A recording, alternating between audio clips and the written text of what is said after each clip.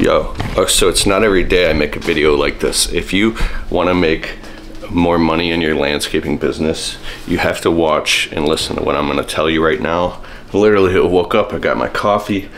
So I was chatting with one of our green industry brothers. Please listen to everything I'm going to say.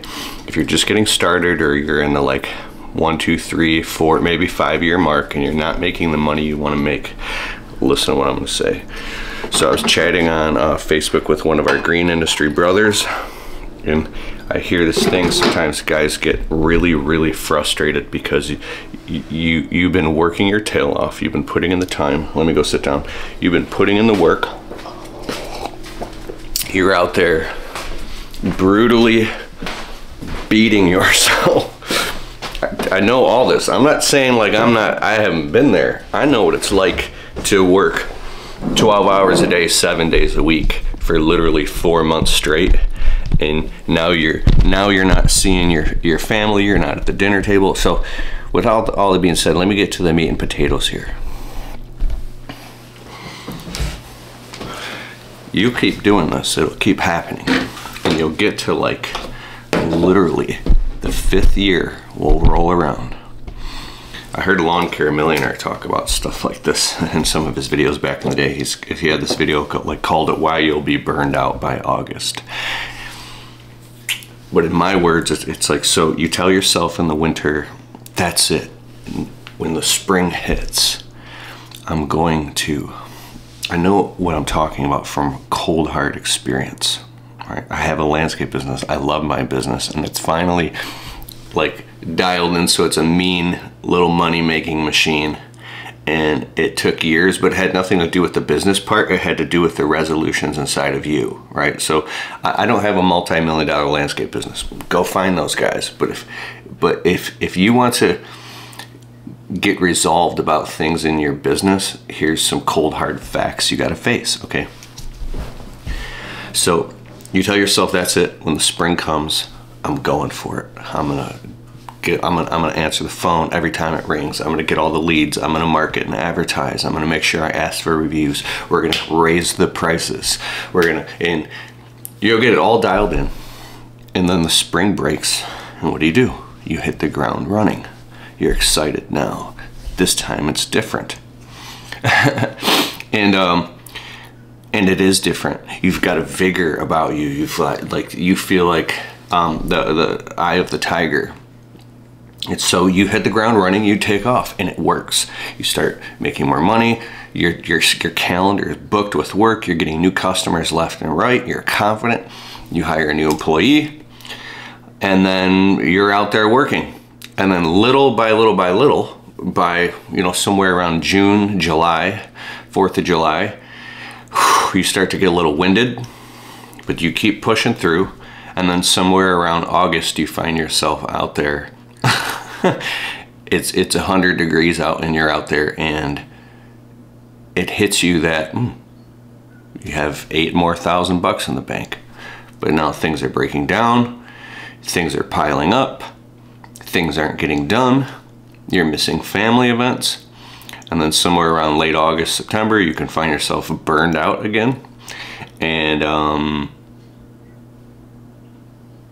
it dawns on you that not much has changed.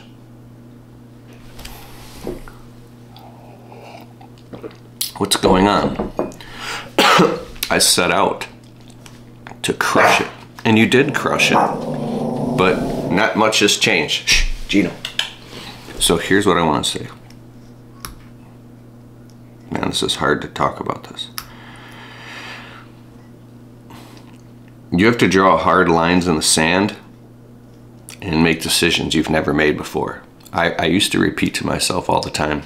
Albert Einstein said the definition of insanity is to do the same thing over and over and expect a different result. Did you hear that? So just working harder or trying harder or mentally trying harder, being more frustrated or being more committed doesn't make the difference. You have to take actual drastic changes. So here it was. The winter of 2015 and the spring of 2016, I had said all these things. And we had moved out of our tiny little 1-bedroom apartment into a 2-bedroom condo. But they were like luxury condos and they were nice. Finally, I had a little bit more space and I had a garage. I could put all my tools, and I had a storage unit where I stored landscaping stuff. I paid for commercial parking to park my trucks and trailers. And our rent was now double. And it started, basically I spend the winter taking online courses and talking to my friends that have scaled their service businesses and being obsessed. And here's what happened. That one thing that made the difference was I had to dig in and do the hard, scary ass things that I had been avoiding, which was taking on higher ticket price jobs. And because when you crunch all the math, the profit margins lie in obviously volume, or it's the margin after all of your cost of goods sold, all of your overhead, everything that you're paying your employees, the labor, the gas, the insurance, the taxes, the breakdowns, the expensive breakdowns, your office payment, if you have a shop, all of that. How much money are you personally taking after paying yourself a fair market wage as a W-2 employee if you're a technician in the field in your business, without the distributions? And if you're taking distributions or draws and paying taxes on them, how much are you clearing from your business after all that? But here's the next thing you're not including. Are you including the extra money it takes to now grow the business? And are you even charging that? So when you start putting money into that, like, hey, we need a new truck, we need another truck, now we need a shop, now we need to hire an office manager, because you could do it all yourself and pay yourself for all that, but you'll spread yourself so thin, you'll totally burn out. I don't care if you're 27 or 33, you will wake up looking like you're like 65 years old one morning with bags on your eyes going, I can't do this. You won't even be able to get out of bed. So how sustainable is that? So that's why money buys you equipment, people, and all that. But the money doesn't grow on trees. Well, it does grow on trees, actually.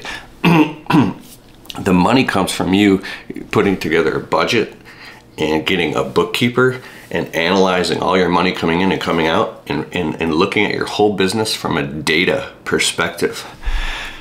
So, like, look at Coca-Cola is a data company. They just happen to make soda pop and beverages, and now they own all types of stuff, but they're a data company. And the most successful business owners I know are data people, right? So now here's the tough part, the cold hard truth. You have to develop and refine a sales, marketing, advertising, lead gen, and referral system, and put systems into your business that you track and you follow the system and improve upon it constantly, and it gets done every single time with every single piece of marketing and advertising, every lead coming in, every customer, every job, every follow-up, that you're checking boxes and going through, collecting data and information and segmenting it and putting a stone wall between what's organic marketing versus paid marketing and advertising, and then analyzing where the leads are coming from and what zip codes, at what psychographic, demographic, geographic location, your travel distance, and tracking all the data, finding out where the money and where the waste is in your business, and then finding out where you have room to increase margins, to raise prices, and raise prices on a split test, so you're not just going to lose all your customers. Because I'm telling you, when you find out how much money it actually takes you to run your business, so you don't run yourself into the ground, so you can make healthy profits, be able to go on vacations, I don't know, buy a new truck and put your Christmas presents under the tree, and be able to, I'll save the next thing I'm about to tell you. No, I'll tell you now. When I started analyzing all this, I realized that, oh my God, I have to raise the prices immediately and raise them again and again and again so high, I'm gonna lose customers. Here's what happens when you go to grow your business. You lose customers. They start dropping like flies. You get your heart broken, and you realize a lot of the customers care about you, but there's also a lot of customers that it comes down to the bottom line. They're not as loyal to you as you thought, and you're kind of just like their landscaper. So when you raise all the prices, you're going to start losing all your customers, and you're going to get your heart broken, because you're going to realize that you thought they were loyal to you, but at the end of the day, you've got the service hat on and you're running a business, and this can be very disheartening, and it can break your heart and make you cold inside because you're operating your business from your heart and you love your customers, right? And you care about them, and you'll jump through hoops to make them happy, but then as soon as you raise the prices, you realize that they start firing you. So your whole business can implode, and you have to reset the business at a new higher standard and shrink back down to like new high prices. So you got to keep them how you got them. Some of these customers you can raise the prices on and they'll stick. Don't just quit them. Price yourself out of the market. So you get very analytical, and you start looking at the data and let the data run your business.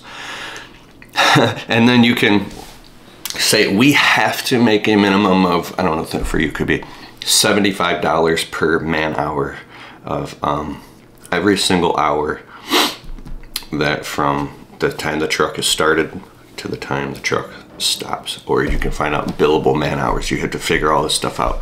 Or say the truck has to make this much revenue. Say each truck has to do a minimum of $950 per day just to pay expenses, and that doesn't mean that's your like break even. So I know people that run multi-million-dollar service businesses that the trucks do $1,500 to $1,800 a day. This is the scary part. And at the size of the infrastructure of their business, they're literally just making ends meet, and everybody's getting paid, and people have insurance, and it's a healthy business. But it's like they're squeezing through these cash flow purgatories to make it through to the other side, which requires more and more money, because when you have to make key hires, that's why you hear about these people that run $1 million business and they're packing peanut butter and jelly sandwiches for lunch. And living, like, what do you mean? You have a $7 million business and you live in a little tiny ranch house and you drive a used truck, and I thought you would be like a millionaire. Like, no, no. So it's all lies. We've been lied to. Your lifestyle doesn't look any different from 100K to $1 million. There's no visible difference because all the infrastructure eats up the cost of running that business and growing that business and scaling through those purgatories. If you listen to my 12 Steps to Scaling a Business interview with Dan Plata, I'll put links in the description below, plus the entire podcast. And we just did another podcast for like 4 hours. This is, I put, I don't know, $5,000 to $10,000 on the price of this totally free podcast. I think we just released it. It's on the Untrapped podcast. He talks about the purgatories of scaling. So I've had the opportunity, and also because of my YouTube channel and speaking around the country, I've sat down and I've broken bread with people, with hundreds and hundreds of people with all different size businesses, and I coach people to help them start and get their landscape business to and past the 100K mark.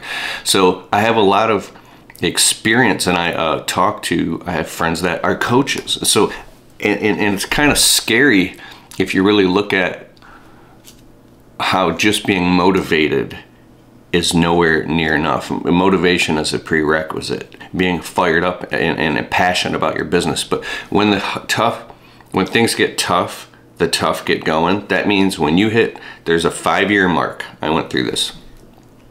It's like this 5-year itch. It's where your business didn't grow and you're not making the money that you dreamed you would have been making by now, and 5 years of your life has gone by and you're still stuck. And sure, you've got, you went from chucking a truck to what we call Possibility Pete. You've got a couple employees, you've got a whole bunch of customers, and you're running around like a chicken with your head cut off. You're making enough money to make ends meet, but you're stuck. And what happens is you can get burned out, and you can start telling yourself, I'm sick of this business, I'm done, I'm out of this. You start looking around for other things, and you take your eye off the ball because you don't know how long you can maintain, because you don't see the results coming in, and you start having a breakdown inside. And that's when you're afraid to reach out to other people. All this shame comes up. It's a really tough spot to be in. So when you're in that spot, you got to make a tough decision. And I think that if you don't have any other options, if you go try to start another business, like a carpet cleaning business or a tile and grout cleaning business or whatever you try to get into, you're going to have to eat a lot of shit for a long time to also get good at that business. And the same problems that you have in your business now, you're going to carry with you into your next business. It's going to be the same shit all over again. I hope you've got to this point in the video.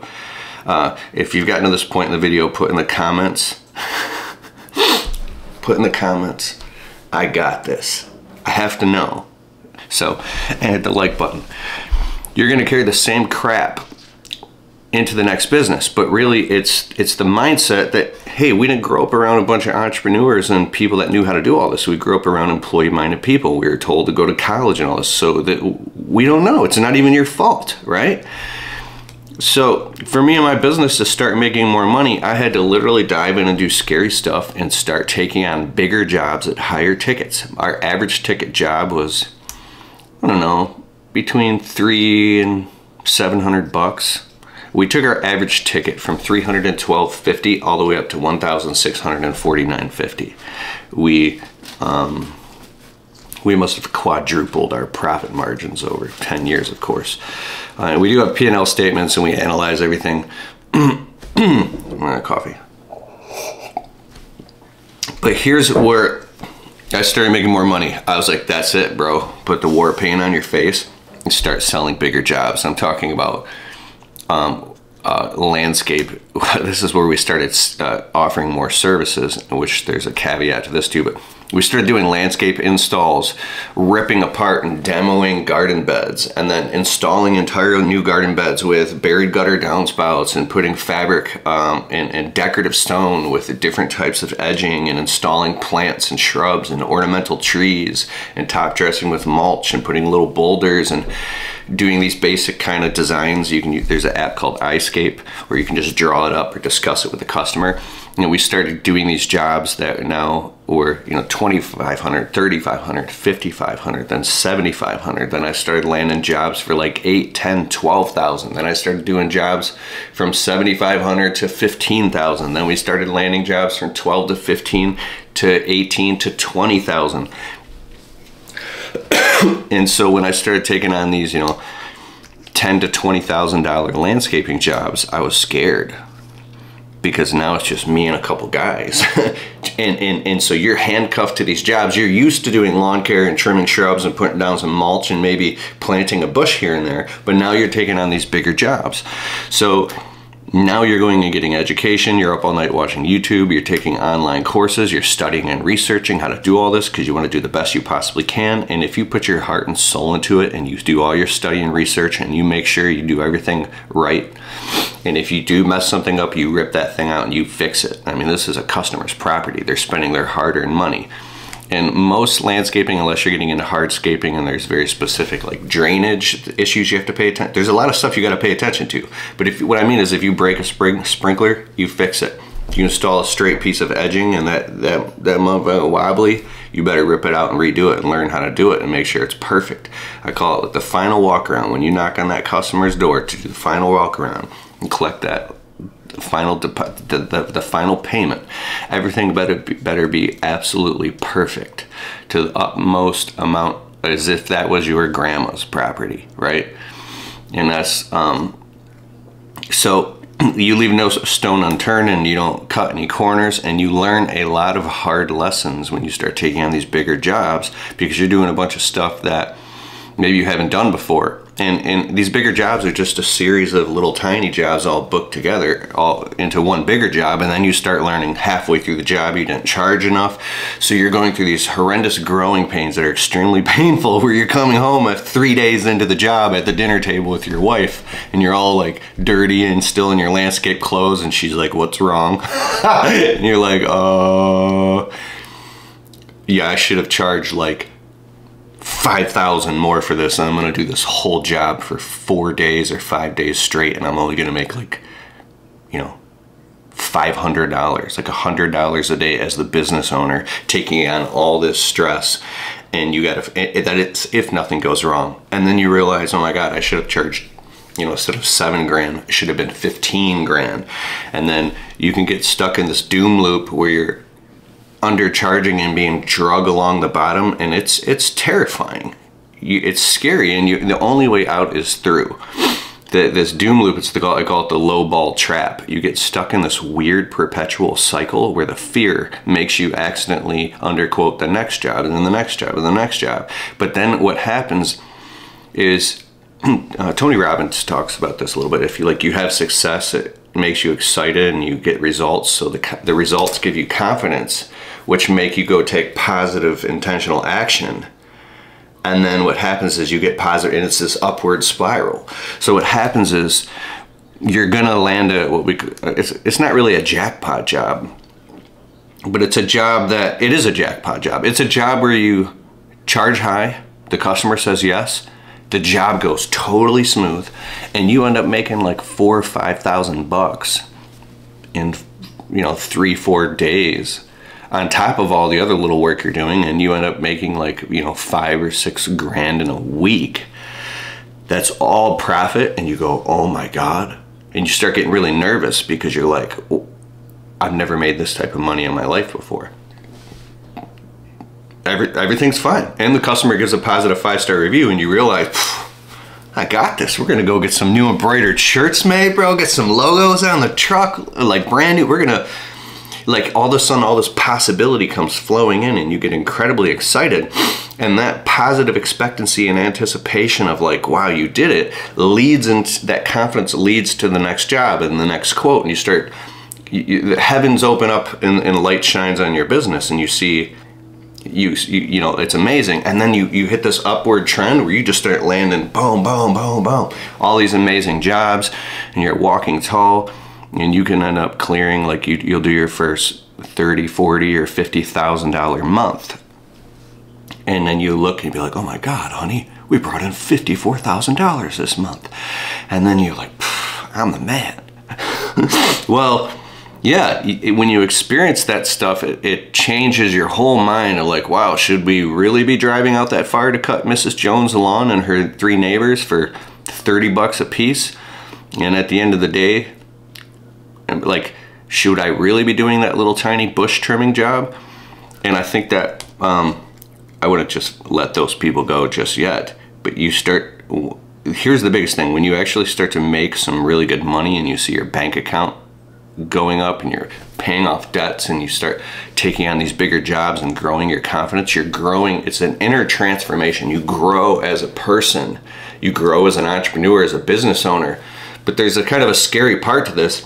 It's because it's not scary, it's just brutal facts. If you look and say, well, are all my guys on payroll as W-2 employees? Do we have workers' comp? Is how many miles are on my truck before the transmission blows up? Where are we parking all of our stuff? Am I paying my employees a wage that I can be proud of? Or am I paying them so low that I'm embarrassed by it? Do I need to give these guys a bonus? Do it like, now are you running an abundant business? So the scary part is some of the most successful business owners that I know, they're hitting those type of jackpot jobs. That's all they do. Boom, boom, boom. And when I talk to them and I ask them these questions, it's kind of scary because in order to make the type of money you need to make, the revenue you need to make to run a very healthy business where you pay employees well, you pay them on time, they drive nice trucks that aren't, dangerous to drive, everything's insured, there's like a shop they can go to or a place, and you can have like, company parties. You could basically, you have a business that you're proud of. You have to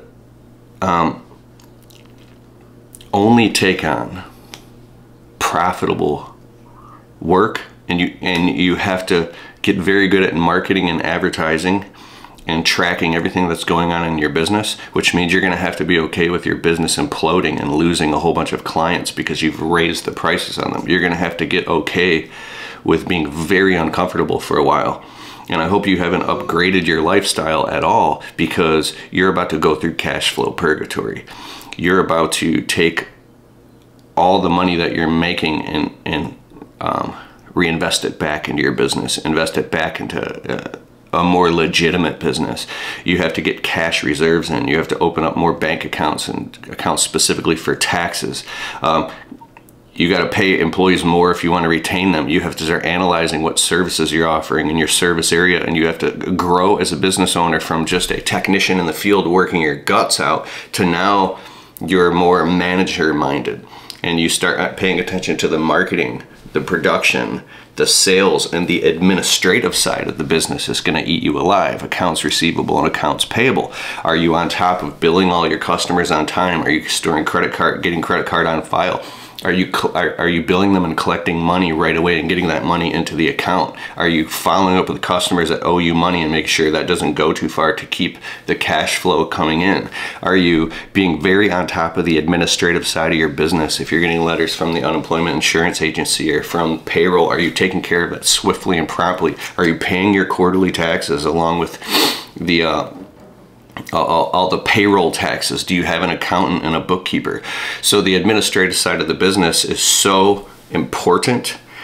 I have 2 businesses, and I have a bookkeeper and an accountant, and the amount of, I do Friday finances. There's so much finances to take care of just on Fridays, especially during tax time, like right now, that I have it booked out in my calendar. That, okay, this Friday we're going to do all our normal Friday finances, but then we're going to analyze the P&Ls and go through the credit card statements line by line and look for just in any errors. I look through everything with my own eyes before we submit for taxes. I want to make sure every T is crossed and every I is dotted. But we look through everything, and then so we'll go through financials at different levels. I just don't want to talk about it here just to make sure everything is perfect. So I have to add a couple extra hours each Friday to get the stuff done. And then Monday is another part of administrative day where you're sitting on the phone with the payroll company, with the unemployment insurance agency, with workers' comp, with the general liability. And so it's very time consuming. You're going to have to hire an office manager or somebody in the office at least part-time to help you do all this stuff, because you won't be able to be out in the field overseeing your guys, and you might be, so this is, I think that the next step is you can just get a second truck and make your truck your mobile office and get make sure you got Wi-Fi in there and a tablet and a laptop, and you're basically just gonna live in your truck for a year or two, so you can be on the job site overseeing what your guys are doing and making sure they're doing it right, and you could jump out of the truck anytime and catch them. Right? You could be going and getting materials or having somebody do that. And then you can also be there doing all the administrative work and being on the phone and make sure the business is running if you can't afford an office manager yet. But if you get an office manager, so you have to decide, the next step is, are you gonna stay in the field and oversee operations and drive and be the leader and drive everything forward and make sure that production is happening at a very efficient rate? Or are you gonna become the office manager and the head of marketing, administration, and sales? Because the sales is the most important thing that drives all this. You have to be out meeting with customers, picking up the phone and meeting with customers constantly. We funnel everything into Monday quotes. If you're growing your business, you might do quotes. I don't know how often. Now, we're in 2024 at the time of this video. Speed. People order stuff on Amazon and it shows up in same day a lot of times.